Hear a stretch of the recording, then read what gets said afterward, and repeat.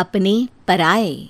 घर की लड़ाइयाँ कितनी भी हो, लेकिन ये भी सच है कि किसी पर कोई आपत्ति हो तो अपना ही परिवार साथ देता है।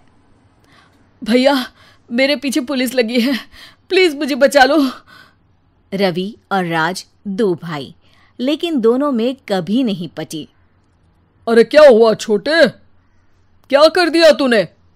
अरे कुछ नहीं भैया, मेरा दोस्त है ना राजू, वो मुझे लेकर बैंक गया था।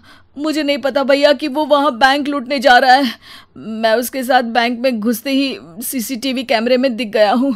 अब पुलिस मुझे ढूंढ रही है भैया, मुझे बचा लो। राज कुछ सोचता है, फिर कहता है, ओके, तुम यहीं रुको, मेरा एक दोस्त पुलिस में है, मैं बात करता हूँ। तभी वहाँ रवि की बीवी राज की बीवी के साथ आ जाती है। तुम लोगों के घर जब तक पुलिस का आना जाना है, बच्चों को यहीं छोड़ दो, उन पर असर ठीक नहीं पड़ेगा। तभी वहाँ पुलिस आ जाती है। चलो चलो, कौन है रवि, थाने चलो। मैंने कुछ नहीं किया, मुझे कुछ नहीं पता। अरे वो तो पुलिस स्टेशन चलकर ही पता चलेगा कि कुछ पता है कि नहीं, चलो। कहानी का फ्लैशबैक। भैया, मुझे मेरे मकान में हक चाहिए ही चाहिए। अरे लेकिन छोटे, अभी मेरे बच्चों पर काफ़ी खर्चा है, तेरी भाभी की भी तबीयत ठीक नहीं रहती, बजट बिल्कुल नहीं है कि मैं अलग होकर रहूं। देख लो भैया, 1 महीना है तुम्हारे पास, जल्दी से घर खाली कर दो। अरे कैसी बात कर रहे हैं भैया, मेरे शरीर में अभी इतनी हिम्मत भी नहीं कि घर को खाली करे। तो क्यों अपना पोषण बेचा भाभी? अरे तुम तो जानती हो, पिताजी की बीमारी के कारण उन्हें हमारी ज़रूरत थी, कैसे आते पैसे। ससुर जी तो बूढ़े थे भाभी, उनकी बीमारी में भी पैसे लगाना कौन सा अकल का काम था। तो क्या पिताजी को मैं मरने के लिए छोड़ देता? अरे रवि, तू तो समझ, पापा को हमारी ज़रूरत थी, उन्होंने हमारे लिए हर वो काम किया जिससे हमें खुशी मिले। बैक टू रवि, जो जेल में बैठा है। ये मैंने क्या कर दिया था? मैं ना पिता का हुआ ना ही भैया का। मेरे साथ जो हो रहा है ठीक ही हो रहा है।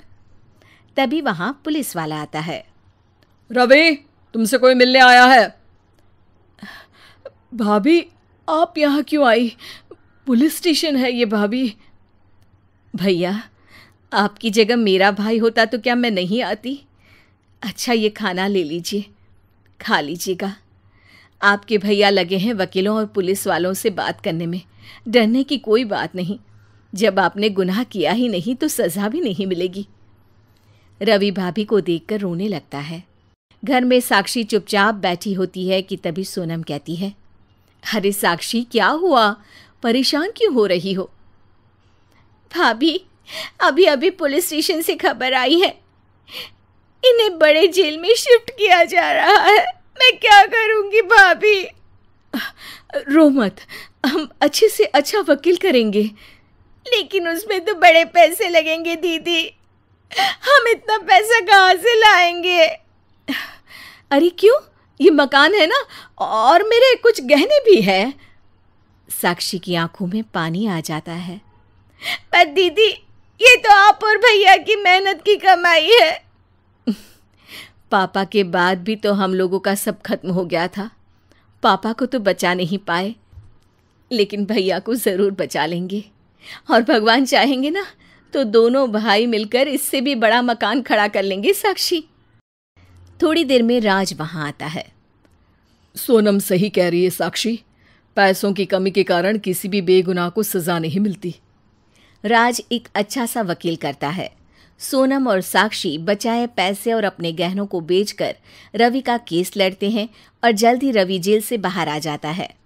रवि राज को गले लगाकर कहता है, भैया मुझे माफ़ कर दो, मुझे साक्षी ने सब कुछ बताया है।